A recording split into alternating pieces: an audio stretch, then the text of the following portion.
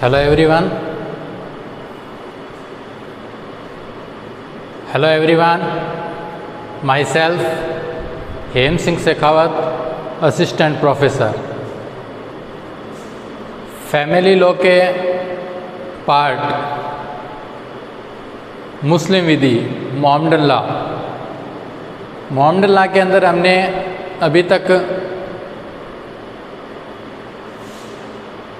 General introduction of Mohammedan law, मुस्लिम विधि का सामान्य परिचय और स्कूल्स ऑफ मुस्लिम, शिया और सुन्नी कौन होते हैं, इसके बारे में डिस्कस किया। आज हम जो टॉपिक शुरू कर रहे हैं उस टॉपिक का नाम है सोर्सेज ऑफ मोहम्मडन लॉ, मुस्लिम विधि के सोर्स, मुस्लिम विधि के स्रोत। क्या होते हैं सोर्सेज?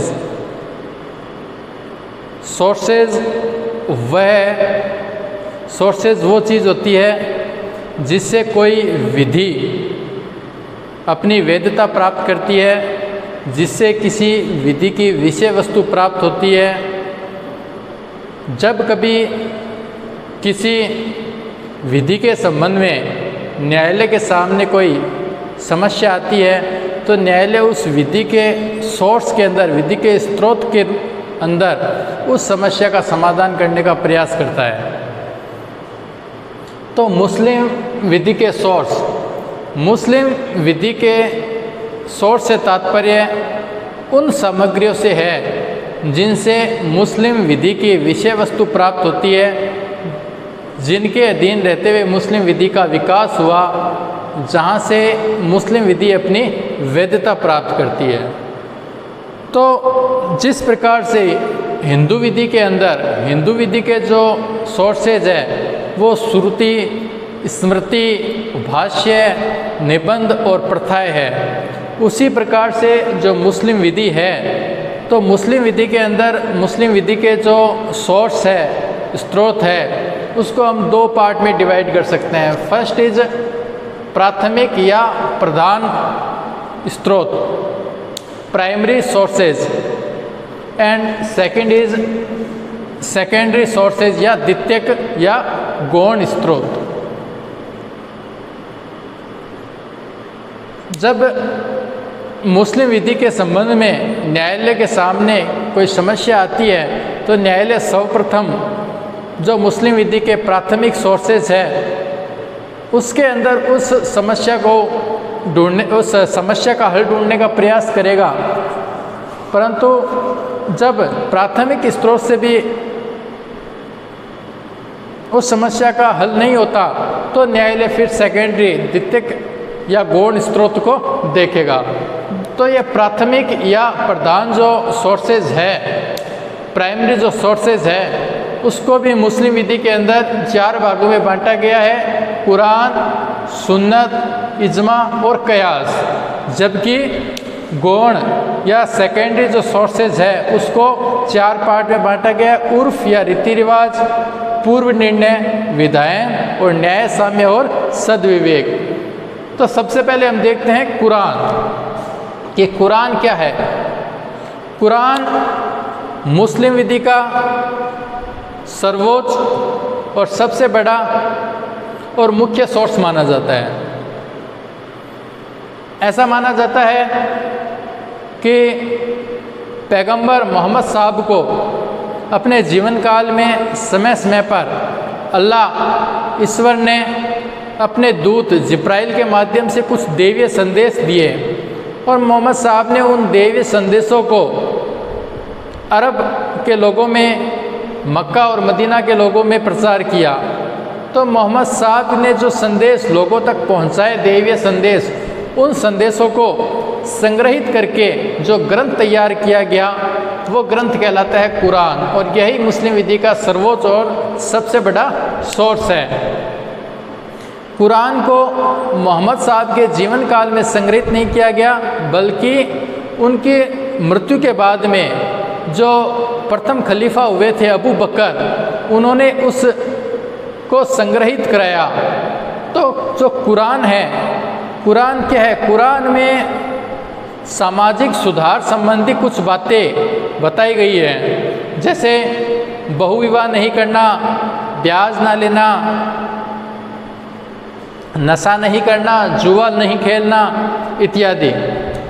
जो कुरान है, कुरान के अंदर कुल मिलाकर 14 अध्याय है, जिनमें 6666 आयतें हैं। उन आयतों में से भी 200 आयतें विधि के सिद्धांतों से संबंधित हैं, और उन 200 आयतों में से भी जो 80 आयतें हैं वो पारिवारिक विधि यानी विवाह, मेहर, विवाह विच्छेद, तलाक, वसीयत इत्यादि से संबंधित है। तो यह है कुरान। तो सबसे पहले जब कोई समस्या आती है तो उस समस्या का हल कुरान के अंदर ढूंढने का प्रयास किया जाता है। मुस्लिम विधि में यह माना जाता है कि कोई भी बात जो कुरान के विरुद्ध है, कुरान के विपरीत है, वो क्या है? शून्य है। सेकंड जो आता है सोर्स, वो है सुन्नत। सुन्नत क्या है? प्रगतिशील होने के कारण मुस्लिम समाज का विकास होता गया, और कुछ ऐसी बातें आई जिनके बारे में कुरान के बारे में कुछ प्रावधान नहीं किया गया था। तो उसके लिए यह देखा जाता था कि मोहम्मद साहब ने अपने जीवन काल के अंदर अपने जीवन काल के अंदर ऐसी जो बातें आई उनके संबंध में उन्होंने खुद ने स्वयं क्या आचरण किया, या दूसरों को क्या करने को कहा, या जो कार्य किया गया उनको स्वीकृति दी मौन रहते हुए, तो वो कहलाता है सुन्नत। सुन्नत को 3 पार्ट में डिवाइड कर सकते हैं: सुन्नतुल फेल, सुन्नतुल कौल और सुन्नतुल तकरीर। सुन्नतुल फेल वे कार्य जिन्हें मोहम्मद साहब ने स्वयं किया। सुन्नत उल कौल वे कार्य जिन्हें मोहम्मद साहब ने दूसरों को करने के लिए कहा, और सुन्नत उल तकरीर कि वे कार्य जिन्हें मोहम्मद साहब की उपस्थिति में किया गया और मोहम्मद साहब ने उन कार्यों को करने के लिए मना नहीं किया, बल्कि मौन रहते हुए एक तरीके से उन कार्यों को क्या दी? स्वीकृति दी। तो सुन्नत को 3 पार्ट में बांटा गया: सुन्नतुल फेल, सुन्नतुल कौल और सुन्नतुल तकरीर। तीसरा जो सोर्स है वो है इज्मा। इज्मा क्या होती है? राय, यानी मुस्लिम विधिवेताओं के द्वारा किसी पर्सन के संबंध में जिन सिद्धांतों का प्रतिपादन किया गया वो कहलाता है इज्मा।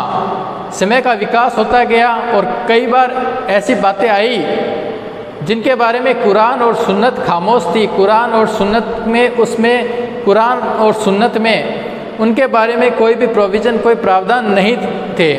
तो उस कंडीशन के अंदर मुस्लिम विधिवेताओं ने जिन सिद्धांतों का प्रतिपादन किया वो कहलाए इज्मा। इज्मा को भी 3 पार्ट में फिर रखा गया है: पैगंबर मोहम्मद साहब के साथियों का इज्मा, विधिवेताओं का इज्मा और जनता का इज्मा। तो इज्मा में भी प्रामाणिकता के आधार पर सबसे पहले रखा गया पैगंबर के साथियों का इज्मा, यानी जो लोग मोहम्मद साहब के शागिर्द थे, उनके आसपास रहते थे, उनकी जो राय थी, उनके जो इज्मा था, उनको पहले स्थान पर रखा गया है। ऐसा माना जाता है कि वो मोहम्मद साहब के संपर्क में थे, तो मोहम्मद साहब के जो आचरण थे वो कहीं न कहीं उनके साथियों में भी वही आचरण था, वही उनके जो साथी है वह भी उसी तर्क शक्ति को रखते थे जिनको कि मोहम्मद साहब रखते थे। इसलिए प्रामाणिकता के आधार पर पहले पैगंबर के साथियों का इज्मा, दूसरा विधिवेताओं का इज्मा, यानी किसी विधि के पर्सन पर जो मुस्लिम विधिवेता थे उनकी राय को सेकंड नंबर पर रखा गया। थर्ड जनता का इज्मा। जनता के इज्मा को प्रामाणिकता की दृष्टि से कमज़ोर माना जाता है। जनता के इज्मा, जनता की राय को केवल पारिवारिक मामलों के अंदर, पारिवारिक विधि के अंदर ही केवल जनता के इज्मा को विधि के सोर्स के रूप में देखा जाता है। 4 नंबर आता है कयास। कयास यानी तर्क शक्ति। तर्क शक्ति के आधार पर किसी निष्कर्ष पर पहुंचना।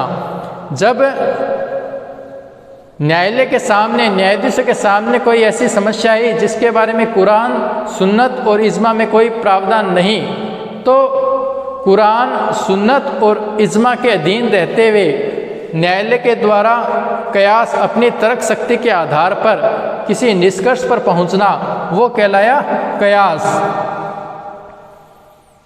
ये मुस्लिम विधि के प्राथमिक सोर्स कुरान, सुन्नत, इज्मा और कयास। फिर आता है सेकेंडरी, द्वितीयक या गौण। द्वितीयक या गौण जो सोर्स है उसमें पहले नंबर पे रखा गया उर्फ, जिसको हम रीति रिवाज या प्रथा के नाम से भी जानते हैं।